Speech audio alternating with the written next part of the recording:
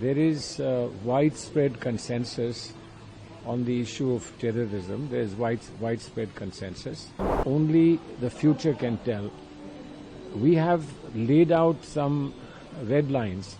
We've said that there cannot be terrorism and talk simultaneously. Operation Sindoor has not come to an end. Operation Sindoor has been suspended. Therefore, it can be activated again if there was need to do so.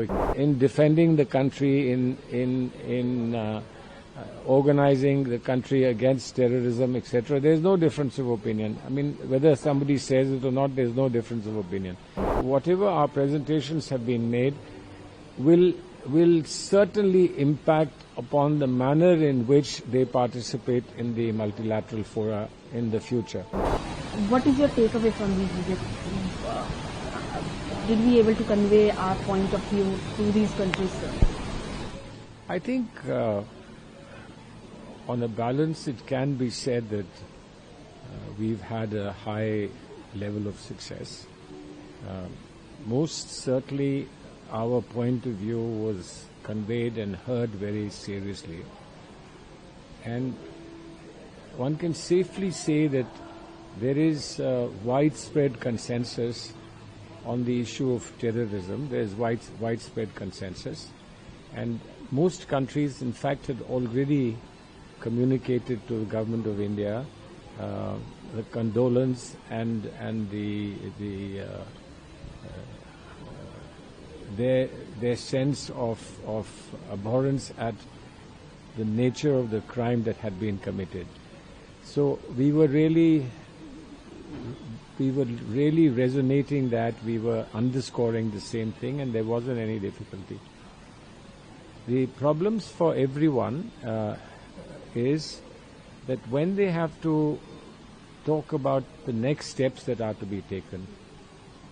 Now the next steps we haven't taken ourselves because they're in the pipeline, as it were. It depends a lot on what responses we get from Pakistan. We've communicated in one way or another. We did it through action, military action, what is described as kinetic action. We did it through whatever decisions we took as far as the Indus Water Treaty is concerned. They also reciprocated in a similar manner as far as the similar agreement is concerned, etc. Now, what happens with all these, only the future can tell. We have laid out some red lines. We've said that there cannot be terrorism and talk simultaneously. It can't be at the same time. Now, if that is so, it's very clear some cogent evidence of stopping support to terrorism has to be there. Now, how that will happen, how it will manifest itself, is a little bit early to say. It really depends on how the government and other concerned agencies will respond and what steps they will take. You can't have a stalemate indefinitely. Obviously, you can't have a stalemate indefinitely. Something has to happen. Now, what will happen is still to be seen. As far as the stated policy is concerned, the stated policy is that the Operation Sindoor has not come to an end.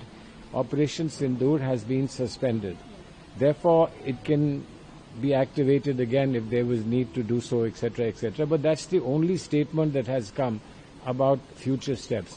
So we need to wait for future steps. And when those future steps are known to these countries and other countries across the globe, they will be able to make up their mind. They have to look at their local population, reactions, responses, implications for local population, for their own political outlook,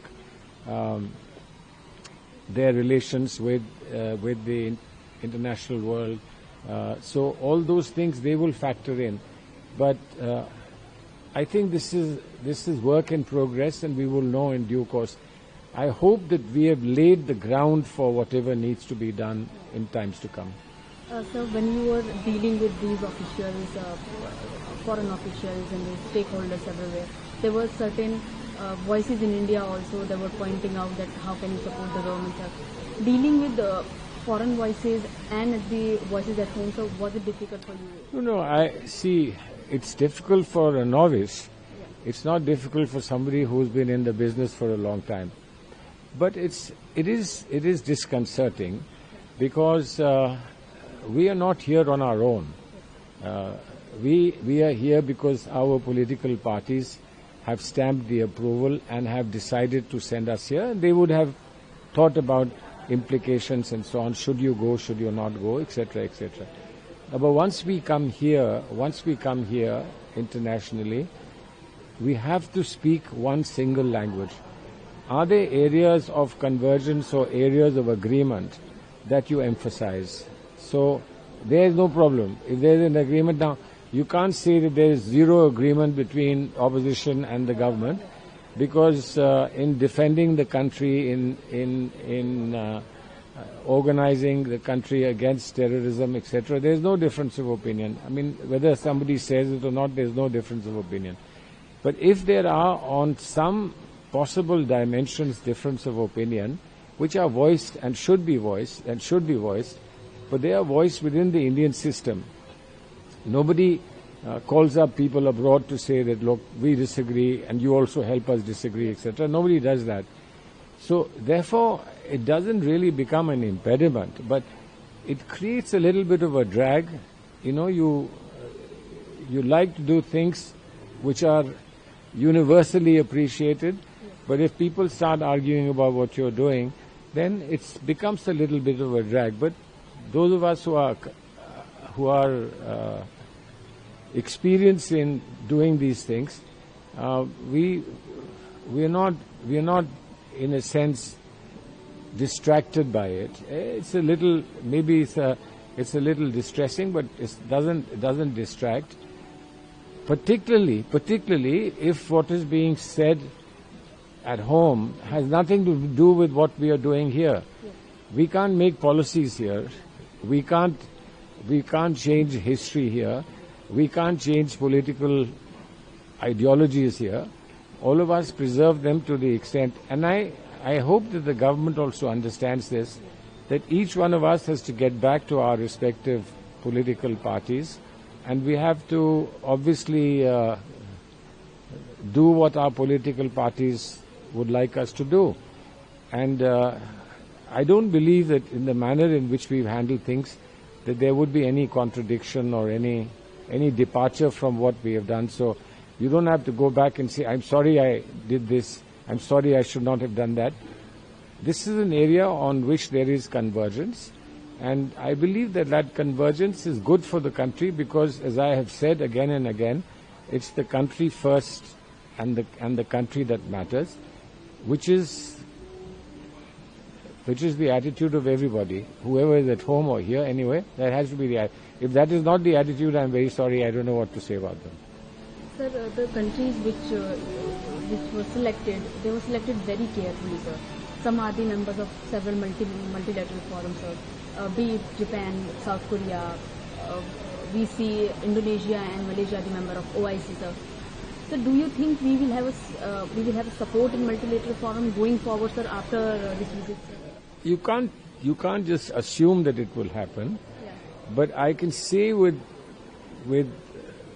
complete certainty that whatever we have said, and our presentations were very laborious, and they were well-informed presentations. So whatever our presentations have been made will certainly impact upon the manner in which they participate in the multilateral fora in the future. Undoubtedly. It is clear from their reactions, it was clear from their responses, etc., that these are additional inputs that would be very helpful to them. And because this will be coming from all over the world, we are giving inputs to people who are from here, from this part, and are members of the OIC. There are people who have gone to West Asia, who are giving inputs to those who are at the core of the OIC, etc. And I'm sure when all that is put together, there will definitely be an impact. And that, I believe, was the purpose for our coming abroad. So, being a former diplomat, and sir, how do you think it is going to serve us in future, sir? How will it do what?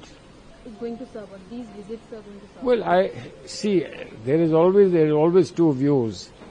Some people think that these visits are uncalled for, unnecessary, but government of the day applies its mind, and it feels that it's important to send people to add to the good work that's being done, outstanding work that's being done by the diplomatic corps.